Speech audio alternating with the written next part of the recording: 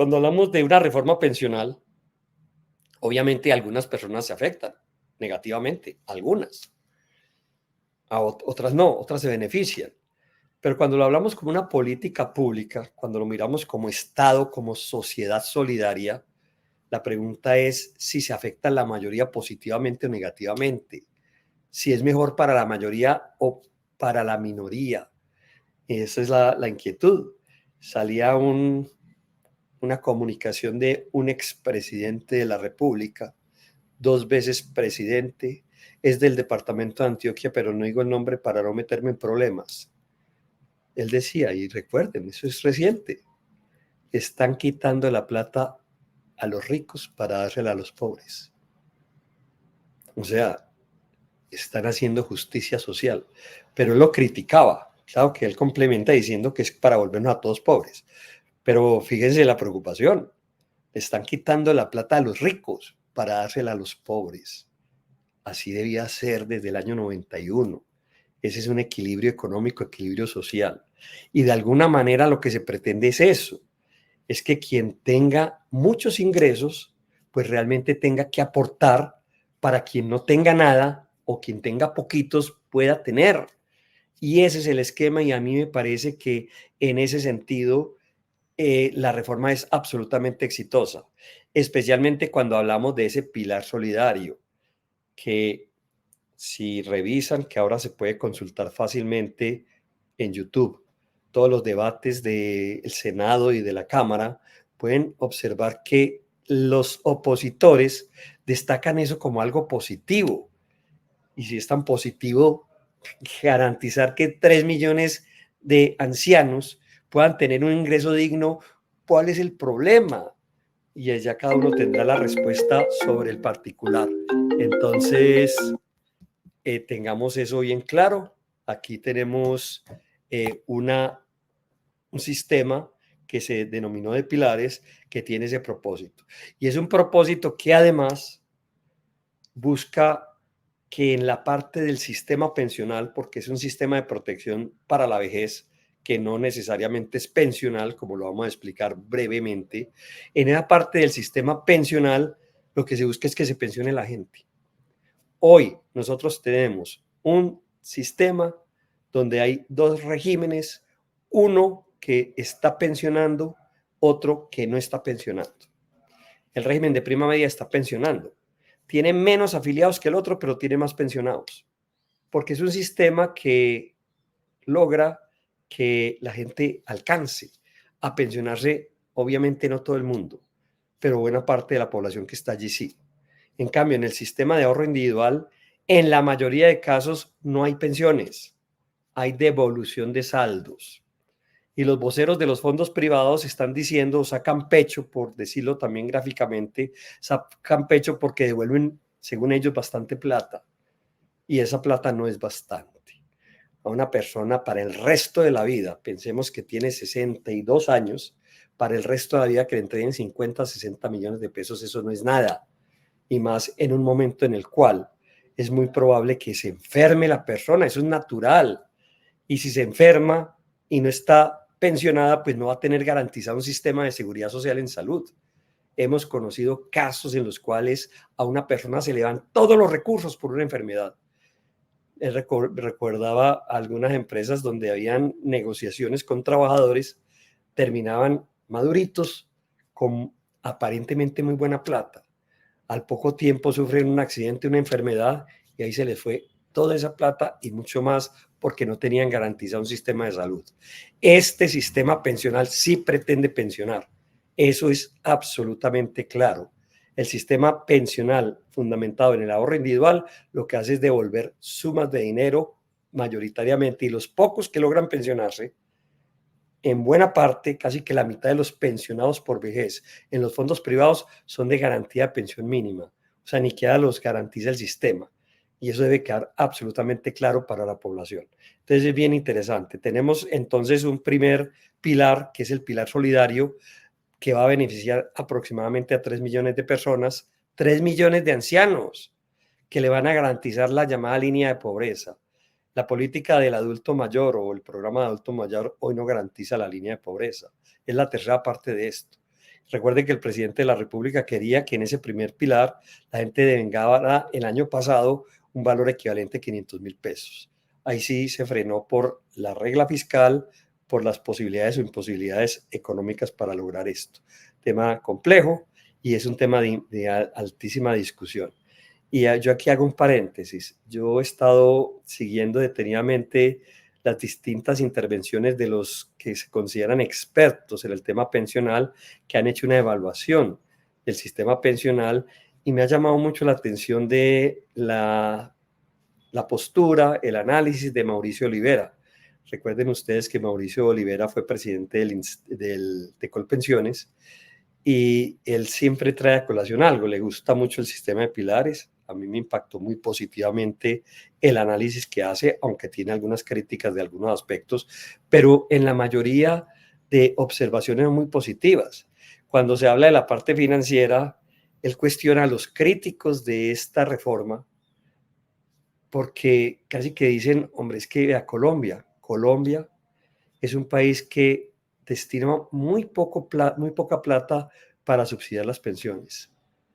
Habla del 1.5% del Producto Interno Bruto, mientras que países como España, que tienen el mismo número de habitantes o muy parecido, le destinan como el 11% del Producto Interno Bruto.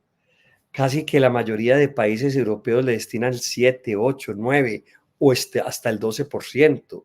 O sea, para esas sociedades es muy importante garantizar que la población tenga efectivamente un ingreso, especialmente en esa etapa final de la vida. Es una concepción totalmente distinta, una concepción ética. Aquí nos impresiona que estemos destinando el 1.5% del PIB. Eso a mí siempre me ha generado una fuerte reacción negativa, porque para otros gastos sí no importa que le metamos toda la plata, no importa lo que sea, como por ejemplo para lo que se llamaría la defensa, el ejército, etcétera. Pero entonces es un tema para invitar a la población a hacer esa reflexión y compararnos. Lo otro es que hoy, como estamos, Colombia sigue siendo uno de los países de América Latina que tiene menor cobertura en el sistema pensional. Tiene casi la misma cobertura que teníamos en el año 93, que nos comparábamos con Haití, y seguimos prácticamente igual. Seguimos con el menos del 25% de cobertura. Y el entorno es mucho más alto. O sea que realmente esto implica que tenemos que hacer la reforma, y que ya se hizo la reforma efectivamente. Aparece el régimen semicontributivo, un régimen en el cual van a estar personas que han cotizado entre 300 y 1.000 semanas y no van a poder completar el sistema. A estas personas no les van a devolver los saldos, no le van a pagar una indemnización sustitutiva, les van a garantizar una renta básica que va a tener subsidios del Estado sin duda, y entonces esta población no va a quedar con una suma de dinero que se le va en 2, 3 meses, sino va a tener con una renta garantizada. Es algo que es bien importante, porque Mauricio Olivera precisamente en sus intervenciones hace referencia al comportamiento del ser humano en casi todas partes del mundo. Preferimos como tener una plática ya, como si el mundo se fuera a acabar mañana, y resulta que no necesariamente se acaba mañana. Seguimos viviendo mucho tiempo y nos gastamos toda esa plática, que no es mucha normalmente, y terminamos a la deriva completamente. Eso es lo que pretende evitar este sistema, y por eso el sistema o régimen o pilar semicontributivo lo que pretende efectivamente es que tengamos una renta básica. Puede que no sea muy alta, pero yo sí creo, estoy convencido que es mejor tener eso que una suma de dinero aparentemente más representativa, pero que se va en cualquier momento. Y viene el tema del régimen contributivo, que es donde están las personas que tienen capacidad de pago, que es lo que normalmente nos genera más inquietudes, precisamente porque es donde radica fundamentalmente el cambio. Ese régimen contributivo, el pilar contributivo, hagamos en principio una comparación y una crítica a lo que hoy se tiene. La Ley 100 del año 93 creó el régimen de ahorro individual de los fondos privados. Esa ley nos dijo a todos: ustedes cuando ingresen al mercado laboral o al sistema de seguridad social, pues si lo hace como trabajador independiente, ustedes libremente seleccionen. O se va para el fondo o se va para el régimen público, con condiciones muy distintas. El régimen público tiene unas reglas preestablecidas para pensionarlo, independientemente de cuánto ahorra usted. El valor del aporte va a determinar el monto de la pensión, pero no el nacimiento de la pensión. Eso es clave. Entonces aquí hemos dicho siempre que si usted está en Colpensiones, yo soy capaz de hacerle el estudio de cuándo se va a pensionar normalmente y por cuánto se va a pensionar normalmente, teniendo pues la información básica. Si está en el fondo privado, la regla es muy distinta. La regla es que allí usted se pensiona dependiendo de su capital. ¿Y usted cómo sabe cuál va a ser su capital? Si usted me consulta teniendo 30 años, 40 años, y me dice cuál es su capital y cuánto va a ahorrar, la respuesta que yo le daría, que llevo tanto tiempo metido en esto, es no tengo ni idea cómo va a ser el comportamiento de la economía, por lo tanto es imposible calcular cómo va a terminar usted. Pero normalmente, los casos que hemos conocido, los voceros o los promotores de los fondos le dicen a usted que usted va a terminar muy bien pensionado, porque son muy optimistas, porque están vendiendo un producto. Un buen vendedor siempre es optimista.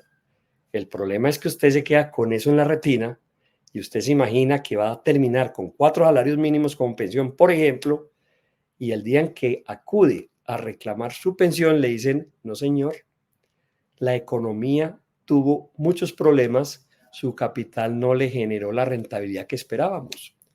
¿El dólar subió o el dólar bajó?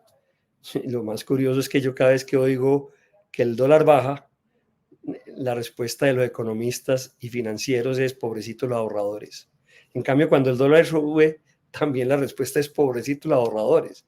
Yo no he visto realmente una hipótesis en la cual digan, vea los ahorradores cómo se beneficiaron individualmente, porque los resultados son maravillosos en abstracto. Vean, los fondos privados tienen 400 billones de pesos. Uno dice, no, entonces va muy bien, pero ¿cuál es la situación suya particular? No se pudo pensionar. O le toca la pensión mínima.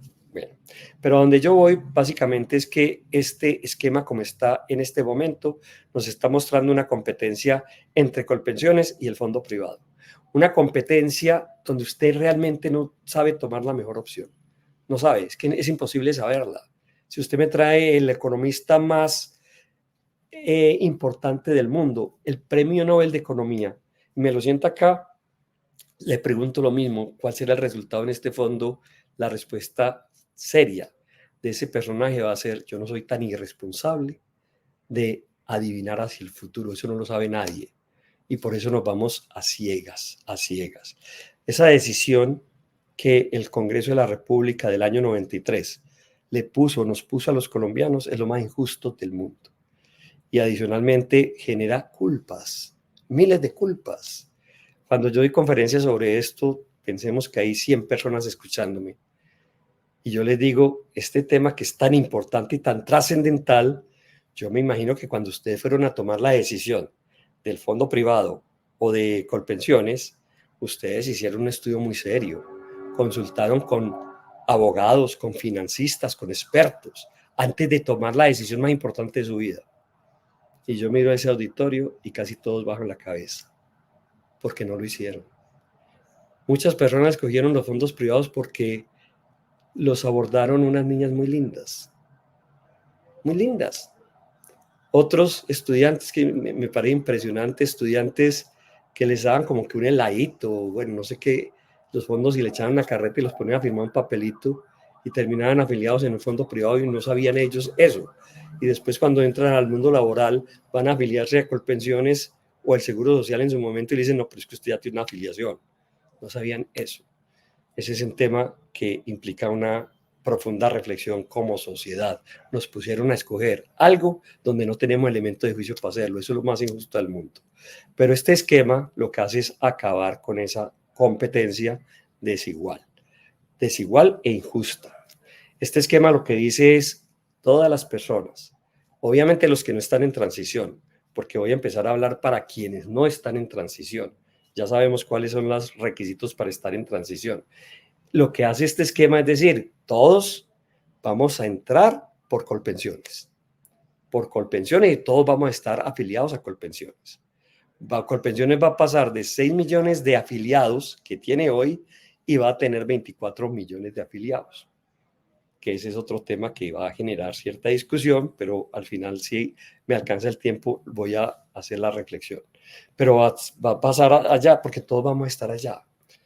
Las personas que tengan un ingreso superior a 2.3 salarios mínimos, que son 2.990.000 pesos, quienes tengan más de eso, van a aportar hasta ese valor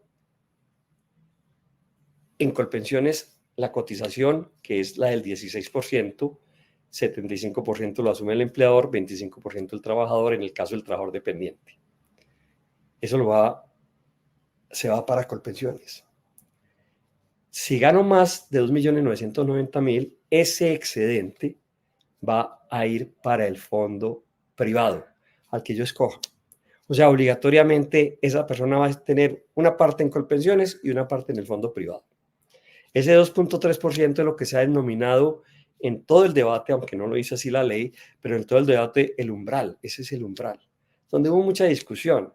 El presidente había propuesto 4, el Ministerio del Trabajo en la propuesta de ley formuló la idea de 3, los fondos, Asofondos planteaba 1 o 1.5%, finalmente quedó el 2.3%, que es como venía en el Senado, y como finalmente lo hubiera aprobado también la Cámara de Representantes para honrar el acuerdo que se hizo en el Senado de la República. Entonces, 2.3%, que equivale a 2.990.000 pesos este año. Si tengo más, va para allá. Y Colpensiones sigue recibiendo el aporte, el fondo sigue recibiendo el aporte, se va construyendo lo necesario para la pensión. Esto se va a pagar por el sistema llamado PILA, y allí lo que hace el PILA es distribuir los recursos y todo se va para la parte pertinente. Para poderse pensionar, ya no vamos a preguntarnos qué capital tengo. Para poderme pensionar, simplemente voy a cumplir los requisitos que establece la ley para el régimen de prima media. 62 años hombre, 1.300 semanas, 57 años mujeres, 1.300 semanas, y empieza a bajar el próximo año el número de semanas como requisito de las mujeres. Entonces yo lo que hago es cumplir el requisito. Cumplido el requisito, reitero, independientemente del aporte, porque el aporte va a servir es para determinar es cuánto voy a recibir, no si me puedo pensionar. Entonces, cumplidos los requisitos de la pensión del régimen de prima media, ya tengo el derecho a la pensión de vejez. Y lo que hace Colpensiones es reconocer primero y seguir pagando la pensión. 4 meses tiene Colpensiones para eso.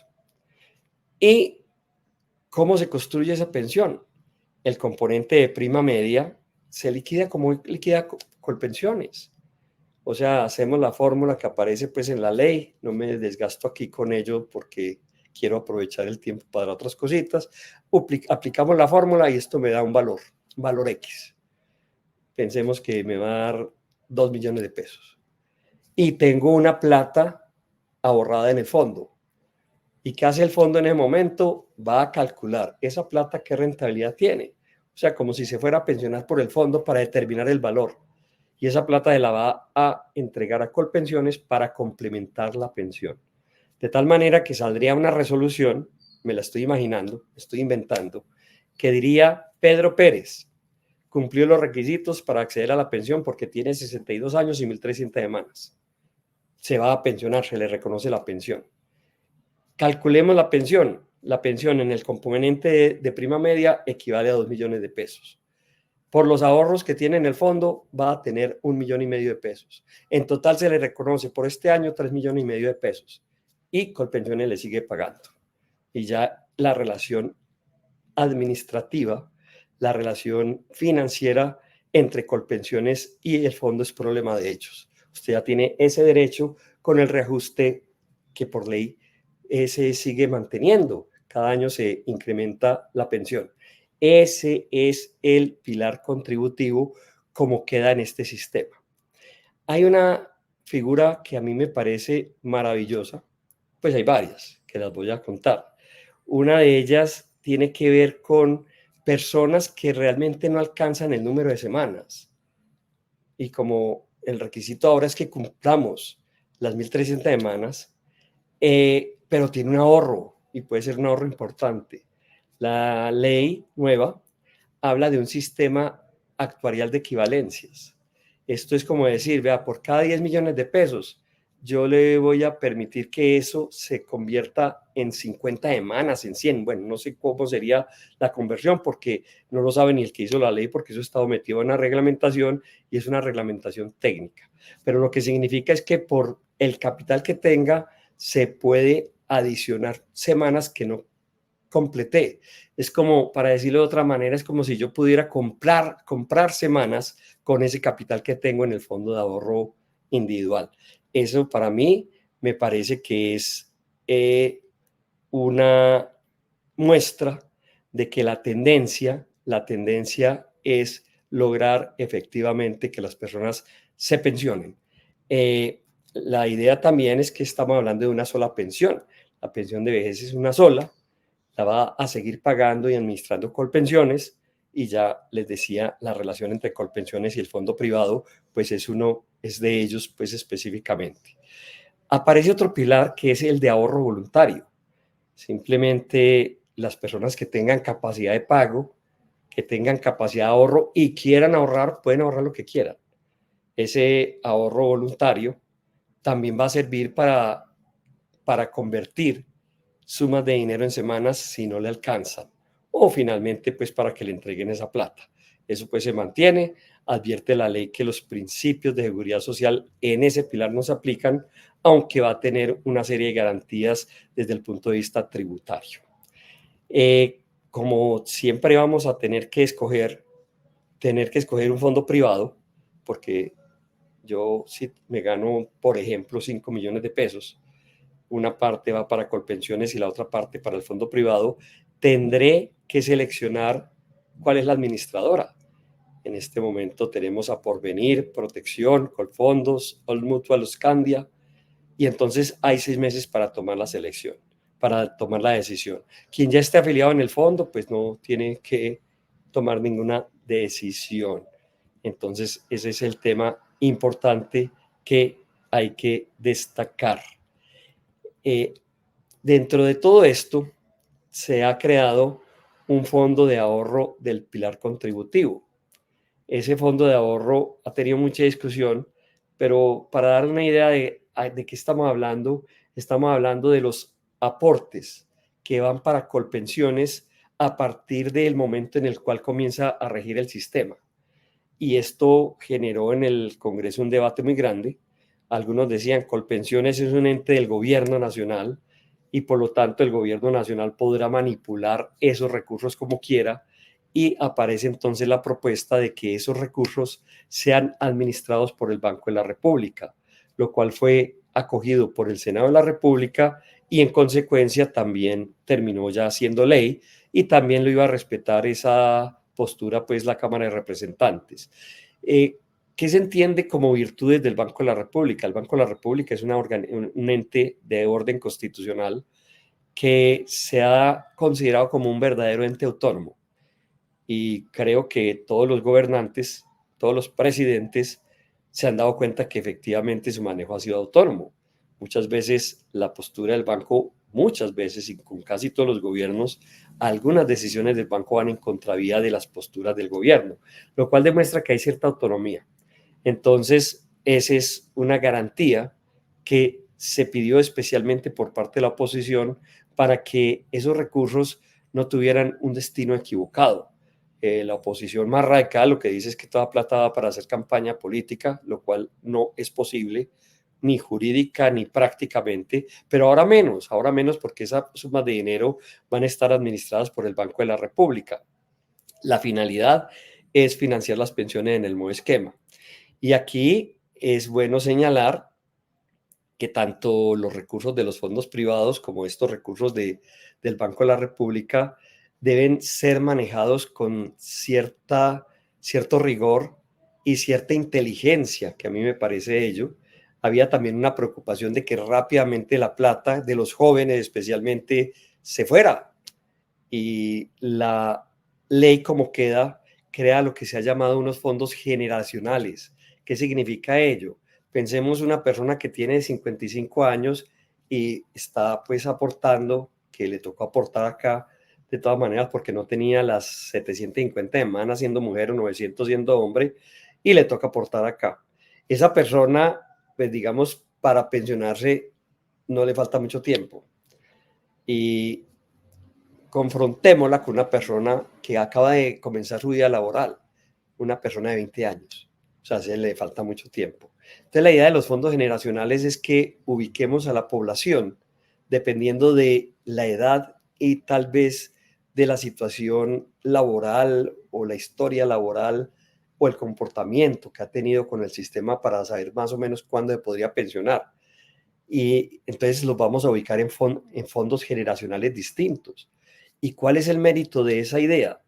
Que normalmente, y esto pues casi que nos lo dice ya el sentido común, si usted hace una inversión a muy largo plazo va a tener muy buena rentabilidad. Si es a corto plazo, pues va a tener menos rentabilidad. Entonces, el de la plática de la generación de este joven de 20 años y todos los demás jóvenes que son de 20 años, pues es una plata que hay que tenerla lista, pero dentro de 30, 40 o 50 años.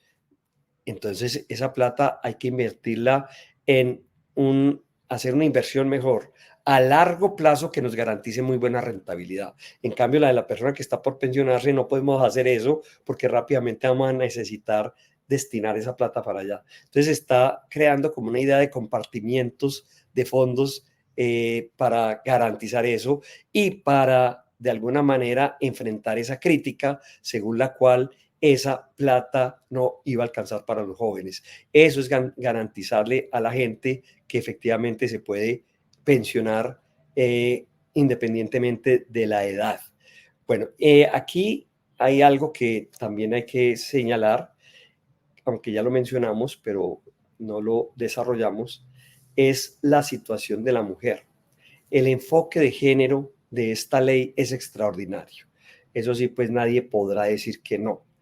De una parte, esta ley está influenciada por una sentencia de la Corte Constitucional, la sentencia C-197 del año pasado, que consideró que debido al tratamiento desigual que nuestra sociedad le da a las mujeres cuando por muchas razones, por el hecho de tener hijos, por ejemplo, muchas veces tienen que dejar de trabajar, dejan de hacer aportes. Las mujeres normalmente son las cuidadoras. Todo eso impide que estas personas puedan tener una actividad laboral más regular, cotizando más permanentemente. Todo esto, pues, hace que la Corte consideró que es absolutamente injusto, que no es concordante con el Estado Social de Derecho que tengamos de tratamiento desigual, razón por la cual la Corte consideró inconstitucional la norma que decía que las mujeres tenían que pensionarse con 1.300 semanas. Eso es inconstitucional. Y la Corte señaló, en consecuencia, que para poder ser racionales financieramente, esa declaratoria de inexequibilidad tenía que comenzar sus efectos más adelante, por lo menos en el año 2026. Y dijo, yo espero que el Congreso de la República regule el tema. Si el Congreso no lo hace, o sea, y llegamos al 1 de enero de 2026 y el Congreso no ha establecido el régimen allí señalado, el número de semanas mínimas de cotización que se exija a las mujeres para obtener la pensión de vejez en el régimen de prima media se disminuirá en 50 semanas a partir del 1 de enero del 2027 y se disminuirá 25 semanas hasta llegar a 1.000 semanas, lo cual se logra haciendo el cálculo en el año 2036. Eso es lo que dijo la Corte. O sea, la Corte, la exigencia es que por lo menos comience la disminución en el 2026. Por lo menos, puede ser antes. El Congreso pudo haber dicho, no, las 1000 semanas las comenzamos el próximo año, ya quitemos toda esa carga adicional. Pudo haberlo dicho, obviamente no lo hizo así porque hay problemas fiscales. Aquí lo que hizo el Congreso, como queda la ley y como se los dije anteriormente, es que a partir del 1 de enero próximo se va a disminuir el número de semanas en 25. Y de ahí en adelante, cada año en 25 hasta llegar a las 1000 semanas. Pero advierto, esto es para las personas que están en transición y las que no están en transición, porque la Corte Constitucional no consideró para estos efectos ninguna transición. La Corte Constitucional, cuando toma esa decisión, ni siquiera se había avanzado el proyecto de ley, creo que ni siquiera se había presentado o se estaba presentando apenas. Entonces, este tema es importante que lo tengamos en cuenta. Esta es una política enfocada en el género, sin duda. Mejor dicho, casi que el mensaje que dio el Congreso y el gobierno es no más discursos. Hemos hablado del problema de género, del enfoque de género. Hermoso. Hemos hablado de la situación de las mujeres desde principios del siglo pasado con discursos maravillosos, pero no decimos nada concreto ni hacemos nada concreto. Esto es hacer justicia con ello y es concretar una idea que se viene planteando, pero que nunca se concreta. Para mí, por primera vez, tenemos esa situación. Si a esto le agregamos la posibilidad que tienen las mujeres, estas islas que no están en transición, la posibilidad que tienen las mujeres de disminuir el número de semanas por cada hijo, 50 semanas por hijo, para llegar máximo hasta 3 hijos, por lo tanto, después de disminuir aún más 150 semanas, podemos ver que ese enfoque de género es mucho más profundo, mucho más avanzado. Así quedó entonces el proyecto como está con respecto al tema de las mujeres, efectivamente. Y hay un tema que también tiene una importancia enorme y es el siguiente, para ver si vamos avanzando por el tiempo, pero desde la ley 100 se dijo que una semana son 7 días calendario, así se dijo. Sin embargo, la manera de contabilizar las semanas anuales por parte del Colpensiones, en principio del Seguro Social, era coger un año como de 360 días. Si usted coge un año de 360 días, está perdiendo 5 días por año. Y esos 5 días por año pueden ser la diferencia entre estar pensionado y no pensionado. La Corte Suprema de Justicia, mediante una sentencia SL 128 de 2024, con ponencia del doctor Luis Benedicto Herrera Díaz, en una demanda contra Colpensiones estudió el tema. Y el tema humanamente muy duro, porque Colpensiones estudió si tenía que reconocerle la pensión de sobrevivientes a una viuda, o sea, a la esposa de quien falleció, y a la hija menor. Y recuerden que la pensión de sobrevivientes, para tener derecho a ella, se requiere que la persona haya cotizado 50 semanas en los 3 últimos años. Colpensiones hace la cuenta y dice, esta persona cotizó 49.4 semanas. 49.4. O sea, le faltó 0.6 de semana para tener derecho a la pensión. Y Colpensiones dijo, la regla que hemos tenido es que si estamos en una fracción de ese número entero, por encima de la mitad se ajusta al entero. O sea, si hubiera sido 49.6, lo ajustamos a 50. Si es por debajo del 0.5, no se ajusta, que es esta hipótesis. Señora viuda y la hija de la viuda, la huerfanita, se quedaron sin pensión por 0.6 semanas. La Corte Sala Laboral estudia el tema y dice, un momentico, pero realmente vamos a revisar el asunto porque la interpretación que le ha dado Colpensiones y nosotros, porque esta es una revisión que hace la Corte, es equivocada. Hay que contar los días calendario. Una semana son 7 días. Un año son 365 días y no es bisiesto. E hizo la cuenta. Y en este caso le daba como 49.6 semanas. O sea que la Corte dijo, ahí usted sí tiene derecho a la pensión, lo ajustó y se hizo justicia efectivamente con esa persona. Eso es bien importante y también es importante porque acá el proyecto del Senado reitera la idea de la Corte Suprema cuando dice se entiende por semana cotizada el periodo de 7 días calendario. El proyecto de la Cámara, y aquí sí es mejor que no haya pasado el proyecto de la Cámara, no sé quién metió esta proposición, pero como venía decía lo siguiente, se entiende por semana cotizada el periodo de 7 días calendario, por mes el periodo de 30 días y por año 360 días. O sea, como lo venía planteando Colpensiones. O sea que si hubiera aprobado esta ley, una persona que estuviera en condiciones similares a la de esta viuda no hubiera tenido ninguna posibilidad de pensionarse. Bueno, esta ley igualmente mantiene la posibilidad de que el empleador, si el trabajador, cumpliendo los requisitos para acceder a la pensión de vejez, si el trabajador no hace la petición, el empleador lo haga por el trabajador. Y se considera justa causa para dar por terminado el vínculo laboral si efectivamente se incluye en la nómina, y así lo dijo claramente.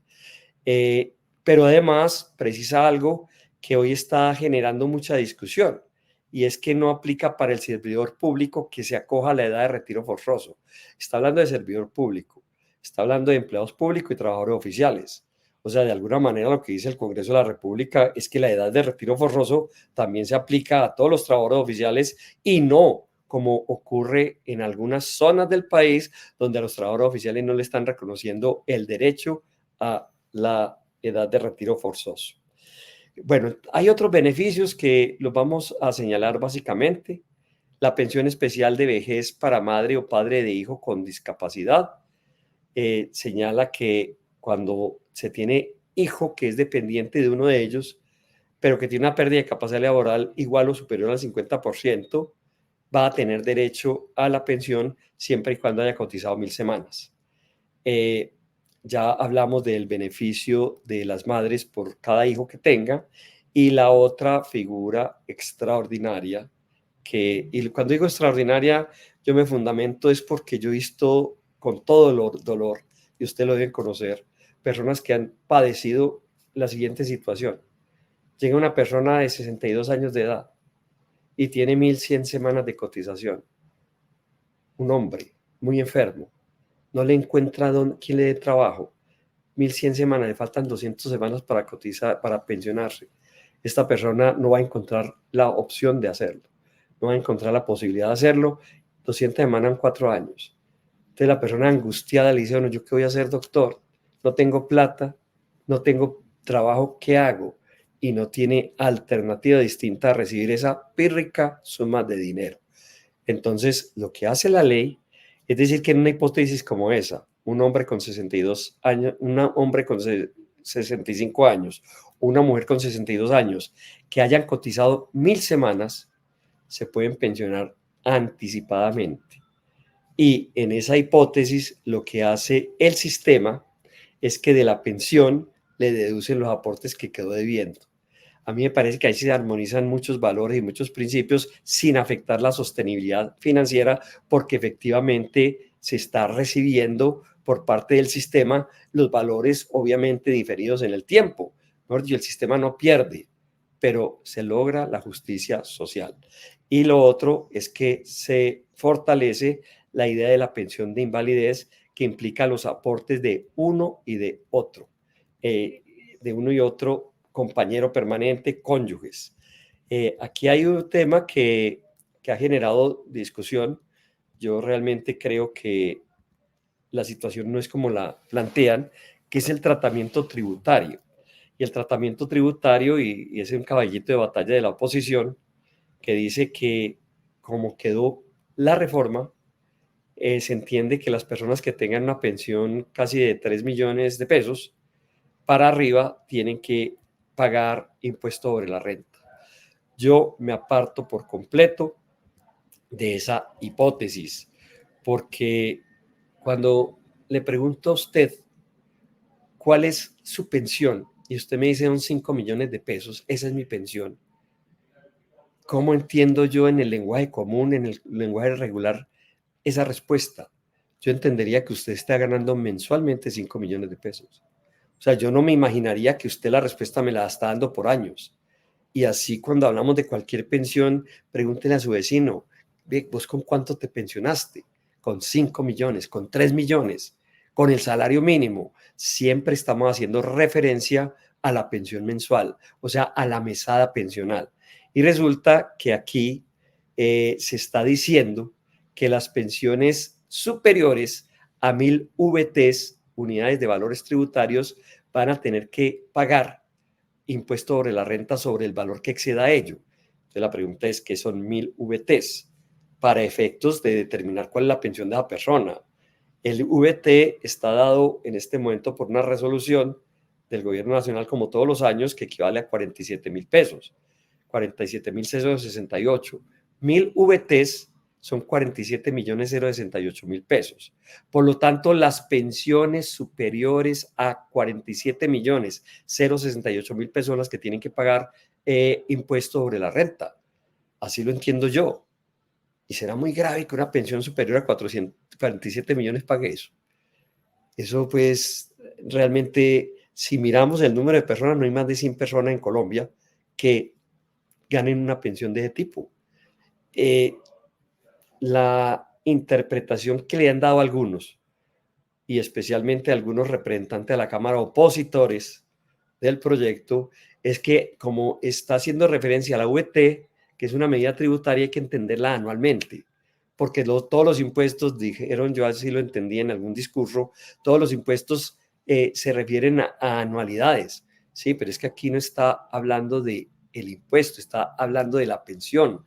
Por lo tanto, yo me ubicaría es en la manera como regularmente transmitimos el valor de mi pensión y lo transmitimos mensualmente. Jamás he conocido que una persona me haya consultado, le diga cuál es su pensión y me multiplique su mesada pensional por 12. Eso a mí me parece que no tiene sentido. Pero cuando se advirtió eso en la Cámara de Representantes, se quiso precisar para evitar dualidades interpretativas. Y desde ese punto de vista es bastante prudente hacerlo. Y esa precisión es hacer referencia a que este valor es mensual. Bueno, no pasó, quedó como está en el Senado, pero yo insisto en que la interpretación adecuada es la que acabo de señalar. Lo otro es que aquí aparece una especie de régimen especial para la población campesina, indígena, negra, afrodescendiente y no recuerdo cuál otra, donde lo que dice la ley es que venía en el Senado de esa manera, dice que se va a definir un régimen especial donde el número de semanas va a ser más bajito o la edad y el número de semanas dependiendo del estudio que haga el DANE sobre la vida probable de estas poblaciones. Eso es más o menos lo que se dice. La crítica fuerte que se le hace es que el valor a que se hace referencia allí no está definido, es un abstracto, por lo tanto no habría una sostenibilidad financiera para ello. Esta disposición, la Cámara de Representantes la pretendía sacar, finalmente quedó aquí incluida. Yo dejaría por ahí, doctora Isabel, porque creo que por el tiempo ya es justo y obviamente, como usted lo dijo ahora, este tema es muy amplio, da para mucha discusión, para mucho debate, para absolver muchas inquietudes, pero creo que he tratado de hacer un resumen bastante apretado de una ley tan compleja y yo esperaría pues que fuera de alguna utilidad, aunque la advertencia y la sugerencia es que sigamos hablando sobre esto, sigamos discutiendo, apropiémonos bien de esta ley, sepamos dónde estamos para poder tomar la mejor decisión o para por lo menos tener la tranquilidad o la intranquilidad como se quiera ver. La conclusión para mí es que es una ley extraordinaria en términos generales y creo que es la primera reforma social que logra el superar en el Congreso de la República ese tortuoso paso con una oposición muy radicalizada, una oposición muy agresiva que lo que está pensando más desde mi punto de vista es en intereses muy particulares. Pero afortunadamente logró esto. Esto hay que acompañarlo con el proyecto de ley de reforma laboral que va en camino, porque finalmente una reforma laboral como la que se pretende Si bien la reforma per se no genera empleo, en mi criterio, esa reforma como está concebida sí va a formalizar mucho empleo. Y en ese sentido, hay que recordar las palabras de los expertos, es que la mejor reforma laboral, la mejor reforma pensional, perdón, es una reforma laboral que formalice, ayuda a que este sistema pensional funcione mejor y que hay que revisarlo en 15 años, 20 años, eso es normal en cualquier parte del mundo, eso es normal y así tiene que ser, pero la revisión puede ser para un lado o para el otro. Si la economía logra recuperarse, si la formalización del empleo se logra avanzar, pues digamos que la reforma puede hacerse de una manera mucho más positiva para toda la población. Por ahí